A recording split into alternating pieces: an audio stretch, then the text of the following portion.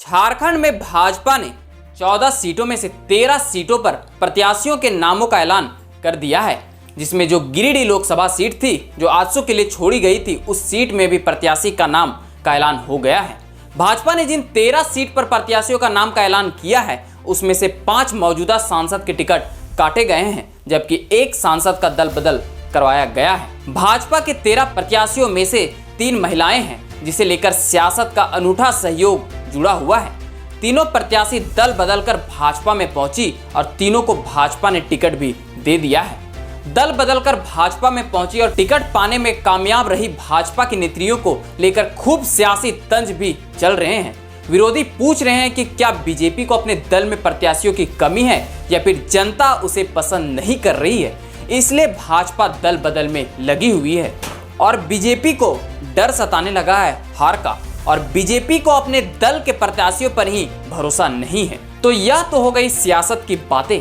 अब जान भी लेते हैं कि कौन सी वह 3 महिलाएं हैं जिन पर भाजपा ने भरोसा जताया है। सबसे पहले लिस्ट में आती है सीता सोरेन। अगर बात करें सीता सोरेन की, तो सीता सोरेन कुछ दिन पहले ही झामुमो छोड़ भाजपा में शामिल हुई थी। सीता सोरेन को पार्टी में दुमका से प्रत्याशी बनाया है। कमाल की बात तो यह है कि दुमका सीट से पार्टी ने पहली लिस्ट में ही प्रत्याशियों का नाम का ऐलान कर दिया था।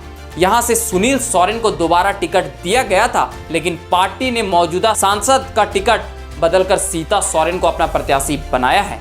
कुछ लोग यहां तक कहते हैं कि सीता सोरेन इसी डील के तहत भाजपा में शामिल हुई थी और फिर उन्हें इसके बदले टिकट भी मिल गया। आपको बता दें कि सीता मुर्मू उर्फ सीता सोरेन झामुमो प्रमुख शिबू सोरेन की बहू और स्वर्गीय दुर्गा सोरेन की पत्नी सीता सोरेन झारखंड मुक्ति मोर्चा की नेता रही है और झारखंड के ही जामा सीट से विधायक है।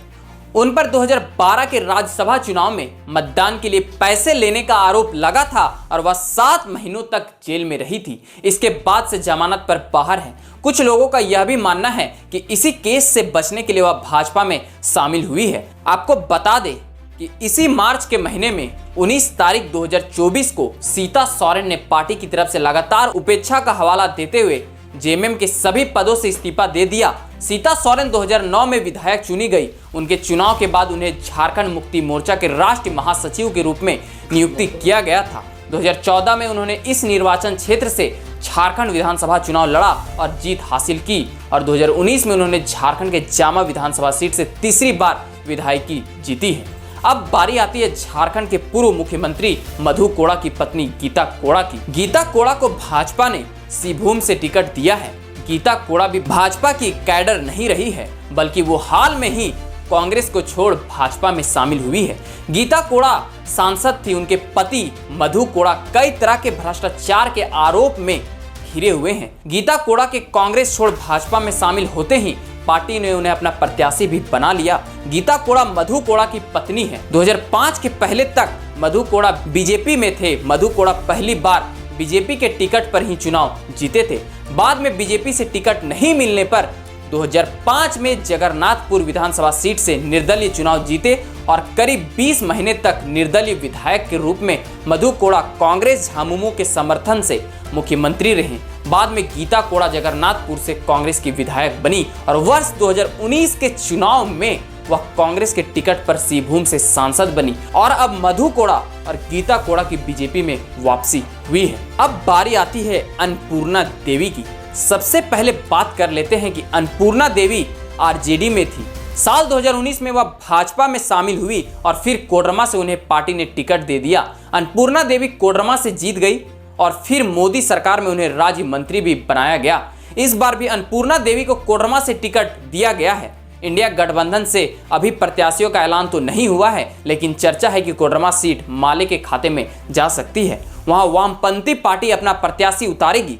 पिछले संसदीय चुनाव में आरजेडी प्रदेश अध्यक्ष का पद छोड़कर भाजपा में शामिल हुई अन्नपूर्णा देवी चुनाव जीतने के बाद राष्ट्रीय उपाध्यक्ष और हरियाणा का प्रभारी भी बनाया गया था। आपको बता दें कि कोडरमा संसदीय सीट से एनडीए प्रत्याशी सब भाजपा नेता अन्नपूर्णा देवी ने पिछले चुनाव में महागठबंधन प्रत्याशी जेवीएम नेता बाबूलाल मरांडी को हराया था। कोडरमा से निवर्तमान सांसद रविंद्र राय का टिकट काटकर भाजपा ने अन्नपूर्णा देवी पर भरोसा जताया है और उन्हें यहां से अपना उम्मीदवार बनाया था। अन्नपूर्णा के पति रमेश प्रसाद यादव साल 1998 में बिहार के राबड़ी देवी की सरकार में मंत्री रह चुके हैं। पति के आकस्मिक निधन के बाद अन्नपूर्णा देवी ने राजनीति में कदम रखा। 1998 के विधानसभा चुनाव, झारखंड में साल 2000, 2005 और 2009 की विधानसभा चुनाव में अन्नपूर्णा ने जीत दर्ज की और झारखंड में साल 2013 में बनी हेमंत सोरेन की सरकार में अन्नपूर्णा देवी को मंत्री भी बनाया गया था।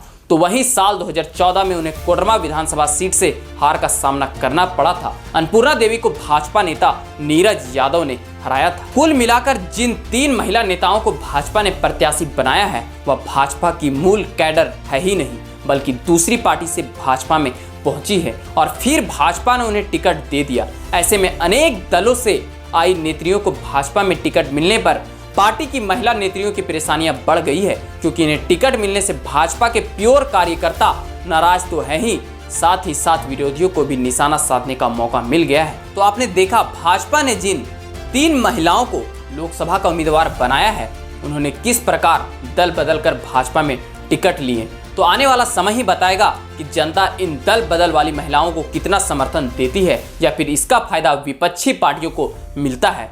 यह तो 4 जून को ही पता चलेगा कि बीजेपी झारखंड में 14 में से कितना लोकसभा सीट जीत पाती है और कहां तक 14 के 14 लोकसभा जीतने का नारा पूरा कर पाती है। यह भी देखना काफी दिलचस्प होगा। तो चलिए बस आज के लिए इतना ही, और अगर यह वीडियो आपको इन्फॉर्मेटिव लगे तो अपने दोस्तों के साथ शेयर करना ना भूलें और साथ ही साथ हमारे इस YouTube चैनल को सब्सक्राइब जरूर कर ले। तो चलिए मिलते हैं अगले इसी प्रकार के कुछ और वीडियो के साथ। तब तक के लिए आप सबों को झारखंडी जोहार।